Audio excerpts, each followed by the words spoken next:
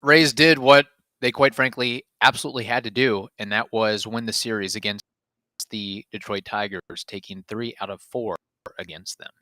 The first series victory, first series win since the All-Star break. It needed to come, and let's talk about it.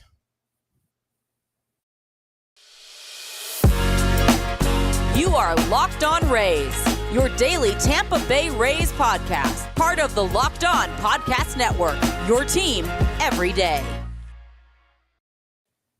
Hello, my name is Kevin Weiss. I'm Ulises Sambrano. And we're the host of the Locked On Rays podcast, part of the Locked On Podcast Network. Thank you for making Locked On Rays your very first listen every day. And remember, Locked On Rays is free and available on all platforms, including YouTube at Locked On Rays. Today's episode is brought to you by Vroom. With Vroom, you can buy a car entirely online and have it delivered straight to you, so you never have to go to a dealership again. So next time you need to buy a car, just grab your phone, go to vroom.com, and check out thousands of great cars.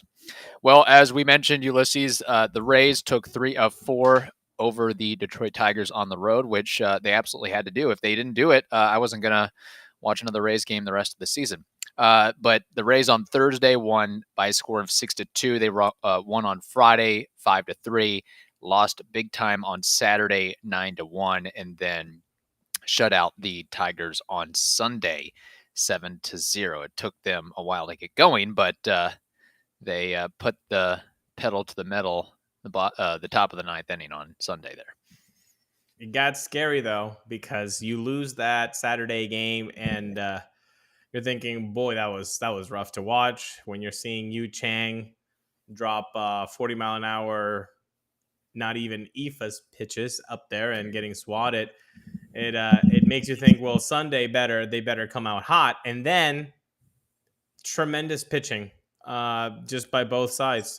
Tremendous defensive plays by both sides. I mean, Randy Arozarena taking that home run away, that was pretty impressive by Randy.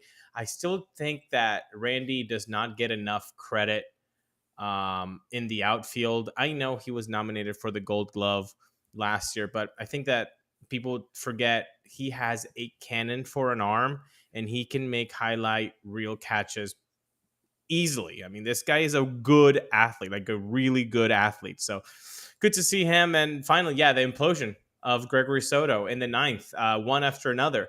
And guys that have struggled, like Jose Siri and Yu Chang, you saw them kind of step up at the right time, taking their walks, being patient. So overall, I think more good than bad. And that usually is going to happen when you win 3 games out of 4.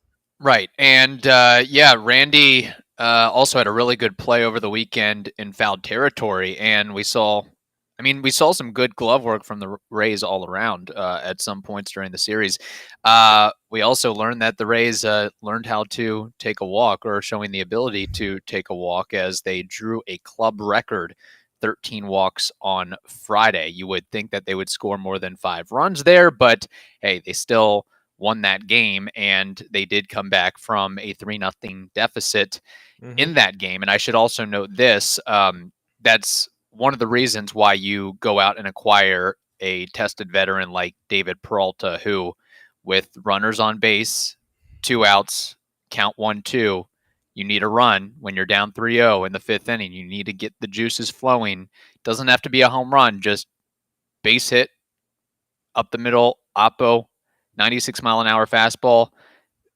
I don't necessarily care I do care to some extent, but I think that when we look back at the Rays acquiring guys like Nelson Cruz and David Peralta and veterans of that ilk, we have to look beyond the final line of what they did and looking at their stats on MLB.com or Fangraphs or Baseball Reference, and what do they do in key critical moments in big situations. I think that is something that we have to focus more upon, as opposed to the final line of, he only hit 230 and had 5 home runs and 720 OPS in his 60 games with the Rays.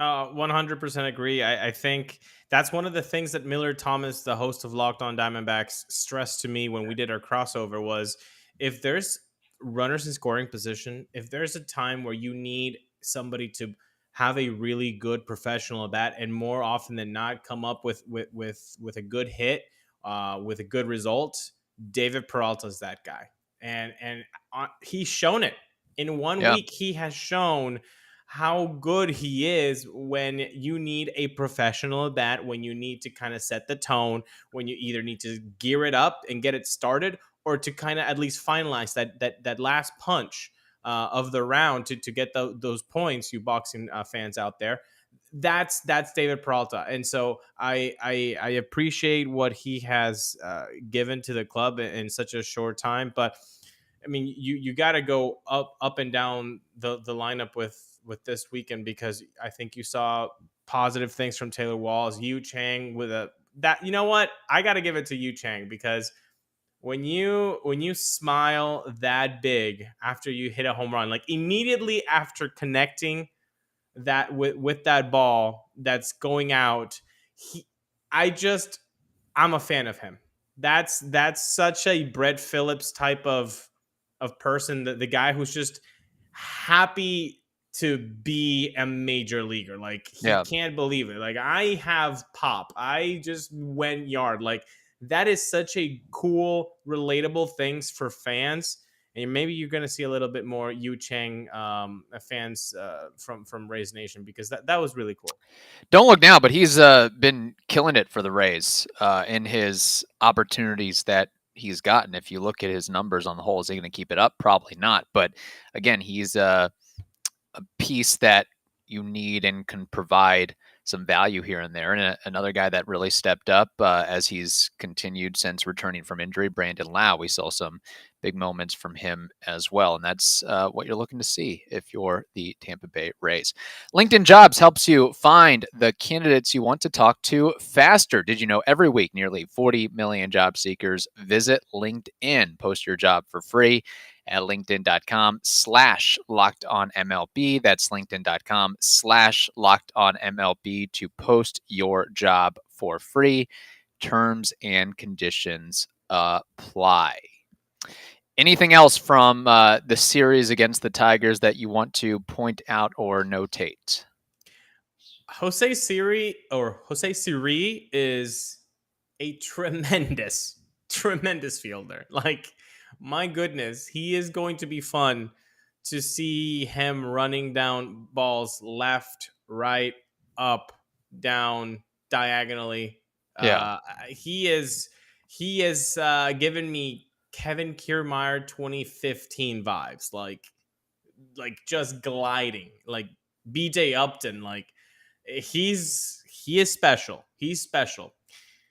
The bat, though, if I am correctly reading this, yes, since 12 of his first 18 at bats, he had struck out. 12 out of his first 18 with the Rays. So a lot of whiff in his offensive game. So even though the glove is definitely there, let's hope he can pick it up with the lumber, because, you know, you can be as amazing as you are with the glove, but you gotta provide at least something. And let's hope that taking that walk in the ninth inning to keep the momentum on the Rays side with Soto struggling. Let's hope that might be the at bat. Sometimes guys just need one good at bat to, you know, get a little bit of confidence up. Maybe that'll be it for him, because I think he needed that. I think the Rays need to see that he can be patient, because I don't know if you've seen the swings, Kevin, but it's like swinging out of his shoelaces. Like, this is the thing, right? We don't know who Jose Siri is. He's a new player, so we need to kind of grow accustomed to who he is as a player. Yes, we knew Yandy Diaz had a launch angle problem, but even so, Rays fans needed to learn that from him. They needed to like who he is as a player. And now you've seen, after like 4 years, the love and appreciation for Yandy Diaz's game grow and grow. Jose Siri we need to know who he is. Is he always swinging wildly? Is that who he is? Is he just going through a rough stretch? Again, we've preach patience for rookies. I think Siri might not be a rookie, Right. but I think patience should be awarded to him, right? Yeah, I think as Klosky noted, and not to say that they're going to have forever, but is he not the right-handed version of Brett Phillips as far as the swing and miss and the strikeouts? My advice would be in the offseason, and I know that I guess modern baseball isn't a big fan of this, but got an athletic, speedy guy, learn to bunt, even if you're a right-handed hitter. Lay one down every once in a while. That's all I'm saying with that. I do want to get to the bottom of the Jose Siri or Siri pronunciation because I think Dwayne Stats was saying Siri. I tried to do a quick Google search here, and I think I might have it. Let's see. I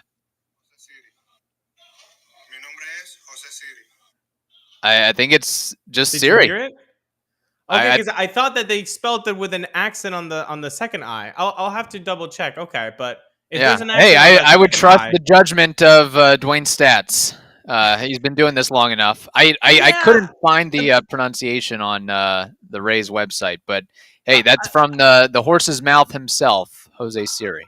I love Dwayne. I love me some Dwayne. I think he's the best in the biz. But when you have sometimes an Orioles series, check out how Dwayne says Anthony Santander, and he'll say it 17 different ways. So fair. More so for his own players, though, or players on the Rays. I feel like that's something he would not mess up or err on, if you will. But I don't know. I'm not. I don't pay all that much attention to how Dwayne Stats pronounces guy's name. I just noted it during one of the recent games that he was saying Siri instead of Siri. Yeah, no, and I think I'll make some research on it, but I do believe I saw Siri with an accent on the second I, which would be Siri. But if there is no accent, then yes, it would be Siri. Yes. This is the podcast, Locked On Pronunciation. That's what we're going with right here. This is a new podcast, yeah. Locked On Injuries as well, because Kyle Snyder, how's he doing? Is he recovered? I didn't think it could get any more comical or wild or unbelievable with the injury crisis that the Rays are undergoing, but the fact that Kyle Snyder, your pitching coach, hurts his calf meandering to the mound, that just takes the cake. I assume he's okay now, but crazy. I mean, maybe it was just a Charlie horse. I don't know. Maybe dehydration. That could be an issue too. It's happened to every single one of us, right? Those suck. They don't really happen when you're young. They only happen when you start paying taxes, and so that sucks. So I hope Kyle's calf is okay. Yeah, there we go. There might have to be some sort of prop bet on BetOnline. Will there be under 20 injured players on the Rays at one time? I think they're up to 17, or they've been up to 17 so far this season. I think 17 is the magical number, and we don't want that number to get higher, Kevin, because if we did, who are we putting on the roster anymore? This has got to stop, and I urge every one of you to maybe put good vibes on the Rays roster, and once you've done that, then you can put some green Skittles on betonline.net, which is the fastest and easiest way to check in on all your betting needs.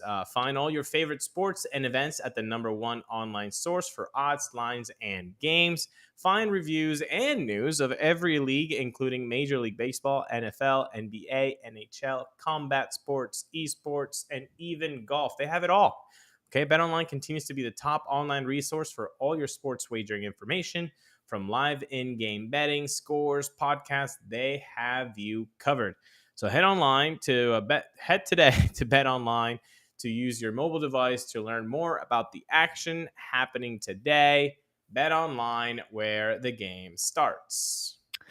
All right, the Tampa Bay Rays enjoy an off day before going to Milwaukee to face the Brewers, who are reeling since trading Josh Hader to the Padres. I believe they've lost 6 of 7 since the Hader trade, including being swept by the Pirates and losing games to the Cincinnati Reds. That's never a good thing. But regardless, despite all that, I mean, I guess the Rays are getting the Brewers at a good time, but this still is a team that you absolutely do not want to take lightly, especially on the road, as they're one of the best, most powerful offenses in baseball.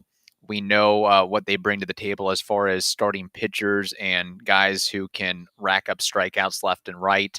The defense, I think it's serviceable, or it's good enough. I mean, this is a playoff caliber team. I'll just leave it at that. Yeah, they certainly are. But I don't know if you also were scratching your head last week when Hader was traded, because I know I was. I didn't understand that. I know he's been a little bit rough on the edges this last month or so, but I mean that, like I said last week, you talk about the 2015 Kansas City Royals. How did they do that? Well, that's by having a tremendous bullpen. I mean, didn't they have Herrera, Wade Davis, and I'm forgetting, the Holland. Yeah. So three, horsemen right there at the end. Like, you only need 6 innings now from your starters. Or if you're the Rays, you need an opener and a bulk. That's it. If you have three guys like that. So the fact that they traded Hader, I don't understand that. In my eyes, they're weaker. I mean, one of the guys that they got back, Dinelson Lamet, they already DFA'd. Yeah. So I don't understand that trade. I mean, if you're the front office, if you're rooting for a front office instead of a baseball team, sure, clap it all you Right. want. They saved money and whatever. But as a baseball fan, that did not make baseball fan sense. It might have made front office sense, but that's not the same. Yeah, I mean, it's obviously huge news when a guy like Josh Hader is traded. I think the reason that you would not want to do that trade, among others, is the implications on the clubhouse and the players on how they're going to feel. And I mean, again, maybe just I might just be making unfair comps or correlations here, but the fact that this team has been on a nosedive since that trade tells me a little something. Now, they did get Taylor Rogers in return, who, I mean, if you look at the numbers between him and Josh Hader, they're basically the same. And then the Brewers are also very, very excited about the prospect haul they got in Robert Gasser and Estuary Ruiz. And it's the Padres. So you know that they're going to overpay for a big name. So we've seen that with the Rays of trading Blake Snell. We've seen that with others, other deals that the Padres have made. So yeah, it kind of is tough to stomach, and you scratch your head, but I get it. I understand it. And this is also a team that you've got Devin Williams, you've got Corbin Burns and Eric Lauer and Brandon Woodruff, who those are your horses right there, starting pitchers. Yeah, you nowadays you only need guys to go 5 or 6 innings, but those guys can go 7 innings, 7 1/3 if you need them to. So I'm fine with the move, honestly. I'll just be curious to see how this team, if they can get off the schneid after what happened. But if we're just looking at it from a front office perspective, like I totally understand it from that perspective. But Yeah, it is what it again, is. rooting for a front office, I think they did the right thing for the front office. But when you say Rogers and Hader have similar numbers, they might on the Excel spreadsheet, but that dugout has a different feel of, oh crap, it's Hader now. Hader's warming up, then Rogers is warming up. Like, Right. it doesn't matter. Like that's now we have to add the human component into the game because it ultimately is played by humans, and so that has to take into consideration. Like Josh Hader, in all relievers, has the most strikeouts per 9 in the history of baseball. So like, yeah, this season he might have comparable numbers to Rogers, but those guys in the other dugout would rather face Rogers than Hader. So now the Brewers have gotten worse, at least in that human component. So how can they get above that? Let's see. But Devin Williams, who was working on a 30-inning scoreless streak, as soon as he was given the ball for the 9th inning, he blew a couple saves. Yeah.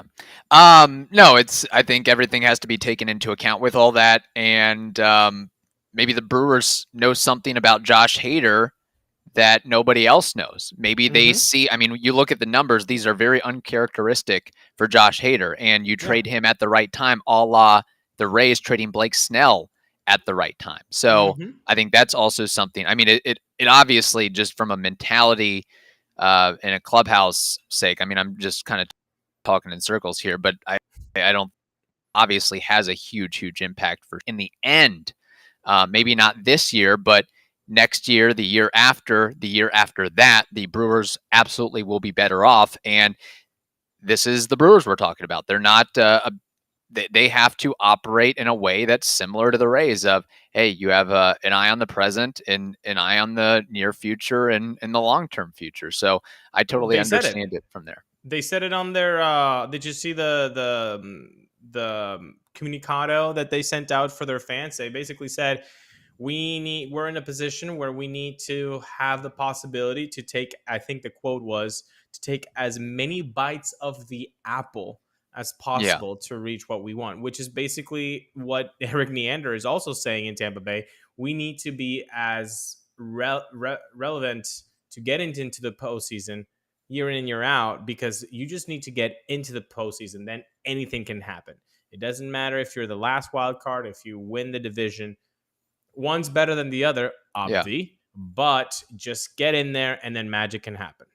And also, we know this from watching baseball.